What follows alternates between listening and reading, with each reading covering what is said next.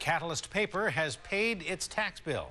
Vancouver Island municipalities, North Cowichan, Campbell River, and Port Alberni, as well as Powell River, have been struggling to get the paper giant to pay up. And late yesterday, they got their money. But what happens now? Catalyst had warned that it could not afford to pay those taxes and continue to operate. It threatened to close the mills and leave town and take as many as 800 jobs out of each community. As A News Mid-Island Bureau Chief Jonathan Bartlett shows us now, this battle may still be far from over. Reaction was not difficult to find on the streets of Port Alberni today. Oh, Catalyst! Woohoo! It's about time, isn't it? Catalyst Paper runs mills in Port Alberni, Crofton, Campbell River, and Powell River.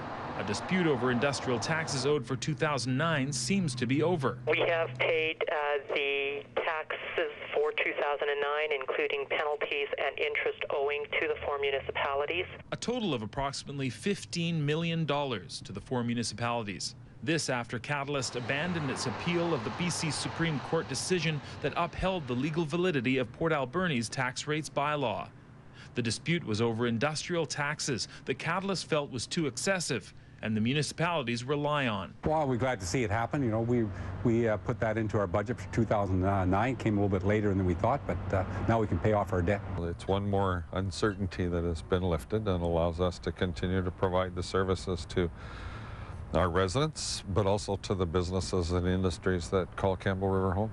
But Catalyst says the battle is not over. The issue remains, so there's no escaping the reality that a competitive rate of taxation is essential. There is a huge discrepancy between the taxes levied on Class 4 and the cost of services received. Meanwhile, over in Powell River, Catalyst signed an agreement in principle with that city, and Catalyst is hoping other communities will follow suit. The agreement allows Catalyst and Powell River to share the responsibility of treating the city's wastewater, and its annual tax bill will be reduced to $1.5 million. We're hopeful that the steps that Powell River has taken will motivate others to take similar steps. We want them to be here, there's no doubt about that. And so we're talking about water, we're talking about sewer, we're talking about land. Reduced industrial taxes from not only Catalyst but Western Forest products too means making do with a lot less.